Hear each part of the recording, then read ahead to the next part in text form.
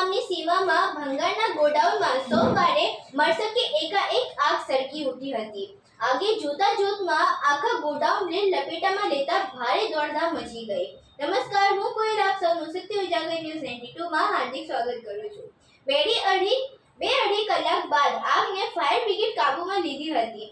આસપાસના વિસ્તારોમાં સમયાંતરે આગના બનાવો બનતા હોવા છતાં તંત્રભેદી મૌન. ભંગારના ગોડાઉનમાં લાગી ભીષણ આગ.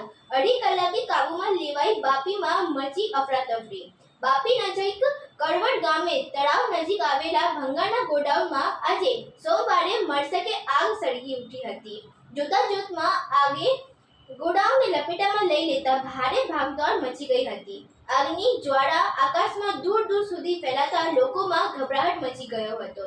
ઘટનાનો પગલે બાપી નગરપાલિકા અને નોટિફાઈડ બંબા ઘટના સ્થળે પહોંચી ગયા હતા. બાદમાં લાશ્કોએ ભીષણ આગને કાબૂમાં લેવામાં હાથ ધરેલી કવાયતમાં લગભગ 2-2.5 કલાક બાદ આગ કાબૂમાં આવી હતી.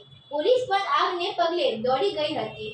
અત્રે ઉલ્લેખનીય છે કે બાપી તથા આસપાસના વિસ્તારોમાં આવેલા ભંગારના ગોડાઉનમાં સમયાંતરે આગના બનાવોમાં દિન પ્રતિદિન વધારો થઈ રહ્યો છે.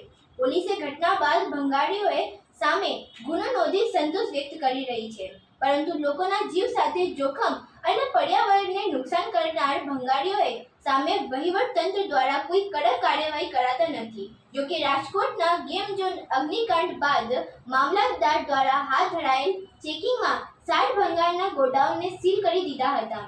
જિલ્લા કલેક્ટર ગેરકાયદે ચાલતા ભંગાર ગોડાઉનના ચાલકો સામે કડક કાર્યવાહી કરે તે જરૂરી બન્યું છે. આવા તમામ જાણકારીઓ પ્રાપ્ત કરવા માટે અમારા ચેનલ સત્ય ઉજાગર ન્યૂઝ 92 ને લાઇક, શેર, સબસ્ક્રાઇબ અને કમેન્ટ કરવાનું અચૂક ના ભૂલતા. ધન્યવાદ. જય હિન્દ, જય ભારત.